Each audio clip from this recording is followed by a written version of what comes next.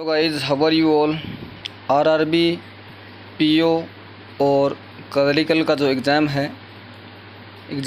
का जो टाइम है वो लगभग ओवर हो चुका है। लास्ट 13 डेज़ बचे हैं, सिर्फ 13 या 14 दिन का समय बचा है। उसके बाद अगस्त का महीना स्टार्ट हो जाएगा। अगस्त का महीना तो 9 या 10 दिन के बाद स्टार्ट हो जाएगा, लेकिन 3 या 4 तारीख से आपके एग्ज़ाम भी स्टार्ट हो जाएंगे। तो ऐसे में आपको क्या करना है, अभी ज़्यादा से ज़्यादा फोकस जो है आपको प्रीलिम्स पर ही करना है। मेंस को एक बार थोड़ा टाइम ज़रूर दीजिए, लेकिन मेंस को आप टाइम जो है वो 1/4 कर दीजिए। जैसे आप पहले 8 घंटे पढ़ाई करते थे, तो इसका 1/4 मतलब 2 घंटा मेंस पढ़ लीजिए, 6 घंटा प्रीलिम्स पर थोड़ा सा फोकस कर लीजिए। और आपका पिछले साल से प्रीलिम्स क्वालिफाई हो रहा है, मेंस पे यदि सही फोकस नहीं हो रहा है तो आप प्रीलिम्स का थोड़ा सा समय और कम कर सकते हो। आधा आप कर सकते हो, 4 घंटे आप कर सकते हो, 8 घंटे यदि आप पढ़ाई कर रहे हो तब। आपको मेंस और प्री दोनों साथ लेकर चलना है। और प्री पर आपको क्या कम करना, 2 मॉक लगाना शुरू कर देना है। कहीं ऐसा ना हो कि हम प्री पर फोकस ना करें और सिर्फ मेंस के लगे रहें और हमारा जो प्रीलिम्स है वो कहीं 0.25 नंबर या 0.50 नंबर से रह जाए, तो पूरा का पूरा जो हमारा जो आरआरबी पीओ का जो हम टारगेट कर रहे थे, 1 साल से वेट कर रहे थे, वो टाइम पूरा ख़राब हो जाएगा। तो ऐसे में ये हमारा ऐसा ना हो, ये थोड़ा सा ध्यान रखना है। 2 मॉक आपको लगाने हैं रोज़ाना, एक पीओ का लगा लीजिए, एक असिस्टेंट का लगा लीजिए।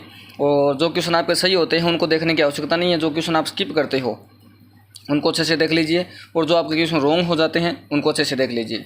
ध्यान ये रखना कि रॉन्ग कम से कम हो या फिर 100% एक्यूरेसी। क्वेश्चन चाहे 2 कम अटैम्प्ट हो जाए, 2 कम हो जाए, लेकिन एक्यूरेसी जो है वो 100% रखने की कोशिश किया करें।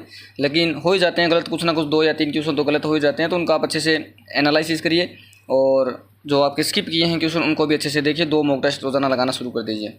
और इसके अलावा किसी टॉपिक में यदि आपको प्रॉब्लम है, एक क्वांट की आपके पास बुक होगी, कोई भी आपके पास बुक हो, उसमें क्वांट के टॉपिक भी लिखे हुए हैं। जितने टॉपिक क्वांट के उसके सारे टॉपिक लिखें, तो टॉपिक वाइज भी आप रोज़ाना, अगर मुश्किल से 13 या 14 टॉपिक होंगे, तो आप उस बुक में यदि रोज़ाना एक दिन का एक टॉपिक निकालते हैं तो भी आप 13-14 दिन में सारे के सारे टॉपिक जो निकाल सकते हैं। एक टॉपिक निकालने में 1 या 2 घंटे का समय लगेगा, तो आप वो भी रोज़ाना ऐसा भी आप कर सकते हो। साथ में अप्रोक्सीमेशन और सिंप्लीफिकेशन जो है ज़्यादा किया करें। अप्रोक्सीमेशन और सिंप्लीफिकेशन और नंबर सीरीज़, ये 3 जो है थोड़ा ज़्यादा करें, क्योंकि ये सिंप्लीफिकेशन का जो क्लरिकल प्रीलिम्स में मार्जिन होता है, या कहें कि क्वेश्चन का जो नंबर्स होता है, संख्या जो होती है वो थोड़ी ज़्यादा होती है, 10 से 12 क्वेश्चन। तो इनमें आप अपना समय बचा सकते हो, क्वेश्चन जल्दी कवर हो जाएंगे, समय बच जाएगा। तो ये आप थोड़ा सा ध्यान रखें। नंबर सीरीज़ में भी थोड़ी ज़्यादा प्रैक्टिस करें, क्योंकि नंबर सीरीज़ अगर लॉजिक वहाँ मिल जाता है तो अपना क्वेश्चन हो जाता है, लॉजिक नहीं मिलता तो प्रॉब्लम होती है। इसलिए लॉजिक जितने इसमें लगते हैं, ज़्यादा से ज़्यादा आप ट्राई करें नंबर सीरीज़। मॉक मत भूलिएगा, मॉक 2 की जगह 3 लगा सकते हो, लेकिन 2 से कम 1 मत करना। 2 तो कम से कम मैक्सिमम 3 या 4 भी लगा सकते हो। या फिर आप चाहो तो 2 मॉक तो कंटिन्यू लगाओ पूरे 45 मिनट के, और उसके बाद 3 या 4 जो आप करें उसको सबमिट करके आप सॉल्यूशन कर सकते हो। मॉक आप गाइडली के भी यूज़ कर सकते हो। गाइडली थोड़ा सा क्वांट जो सेक्शन है वो लेंथी दे रहा है, बहुत ज़्यादा लेंथी क्वांट सेक्शन दे रहा है। अगर आप गाइडली वाला कर रहे हो तो ऐसा मान के चलिए आपका पीओ और असिस्टेंट का जो मेंस है वो इस गाइडली प्रीलिम से भी हो जाएगा। ऐसा लेवल गाइडली का लगभग क्वेश्चन की जो लेंथ है वो खतरनाक आ रही है। आप यदि गाइडली परचेज नहीं करना चाहते हो तो ऑफर भी चल रहा है, आप ये कोड यूज़ कर लेना DPPTX से। और मुझे इस व्हाट्सअप नंबर पर आप बता सकते हो 74130037 और 49। इस नंबर पर व्हाट्सअप मैसेज भी आप कर सकते हो जब आपने गाइडली का ये ले लिया हो। या फिर आप यस मॉक के टेस्ट भी यूज़ कर सकते हो। यस मॉक भी काफ़ी अच्छा लेवल है, एकदम आप कह सकते हो एग्जाम रिलेवेंट लेवल है।